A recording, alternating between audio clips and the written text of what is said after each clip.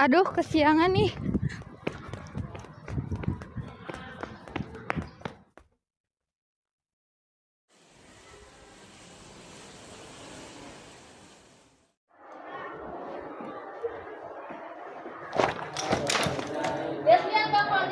Iya, maaf. Sial banget hari ini.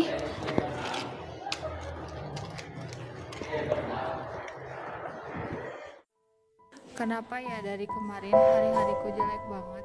Apa sih arti hidup? Oh iya, kalian PKL jadinya di mana? Oh, kalau aku di Sekda. Aku di Cek ya. Aku sama kayak ya. Oh, kalian barengan. Kalau kalian berdua? Kamu di distrik. Mai, kamu kenapa kok ngalamin kayak gitu? Kamu nggak apa-apa? Aku gak apa-apa.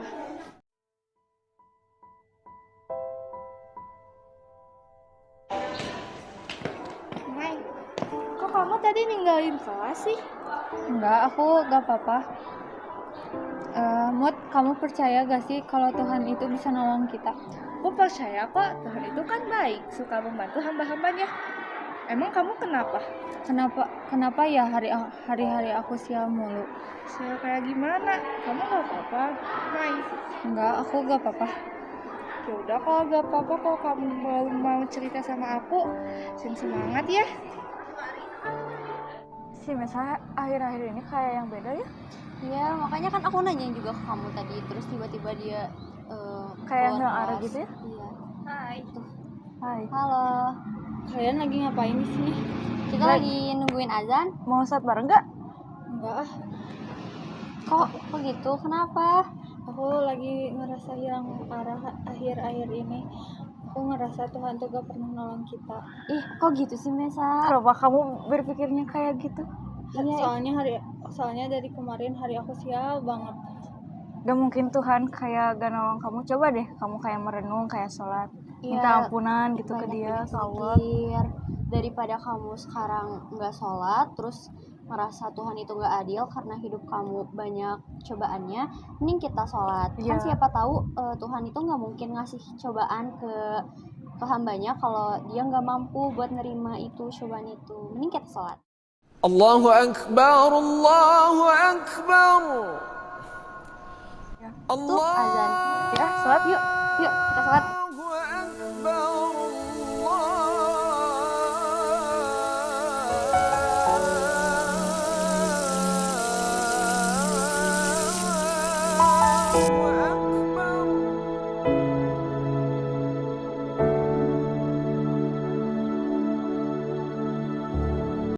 Pancasila bukan hanya sebagai dasar negara, ia adalah jiwa yang mengalir dalam nadi bangsa kita. Lahir dari sejarah, tumbuh dalam perbedaan, dan hidup dalam keseharian rakyat Indonesia. Lalu sebagai seorang siswa, bagaimana cara menerapkan nilai-nilai yang terkandung dalam Pancasila ke dalam kehidupan sehari-hari? Sila pertama, ketuhanan yang Maha Esa. Indonesia berdiri di atas kepercayaan bahwa setiap manusia berhak menyembah Tuhannya dengan damai dan penuh hormat. Ibadah adalah cara kita mendekatkan diri kepada Yang Maha Kuasa. Ia bukan hanya ritual, tapi juga pengingat untuk menjadi manusia yang lebih baik, beretika, penuh kasih, dan rendah hati. Sila kedua, kemanusiaan yang adil dan beradab. Kemanusiaan bukan hanya soal hal besar, ia tumbuh dari hal sederhana. Seperti ketika satu tangan terbuka untuk berbagi. Berbagi makanan mungkin terlihat kecil, tapi di sanalah kasih sayang, empati, dan rasa peduli tumbuh. Sila ketiga, persatuan Indonesia.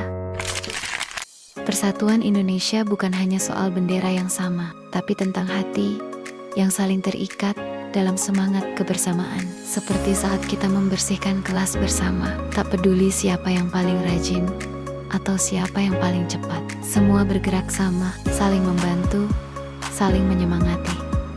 Sila keempat, kerakyatan yang dipimpin oleh hikmat kebijaksanaan dalam permusyawaratan perwakilan.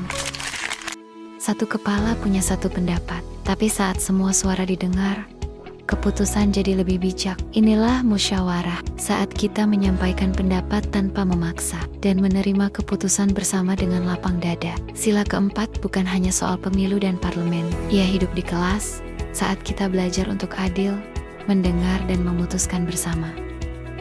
Sila kelima, keadilan sosial bagi seluruh rakyat Indonesia. Setiap orang punya bakat, setiap karya punya nilai, dan setiap usaha pantas dihargai.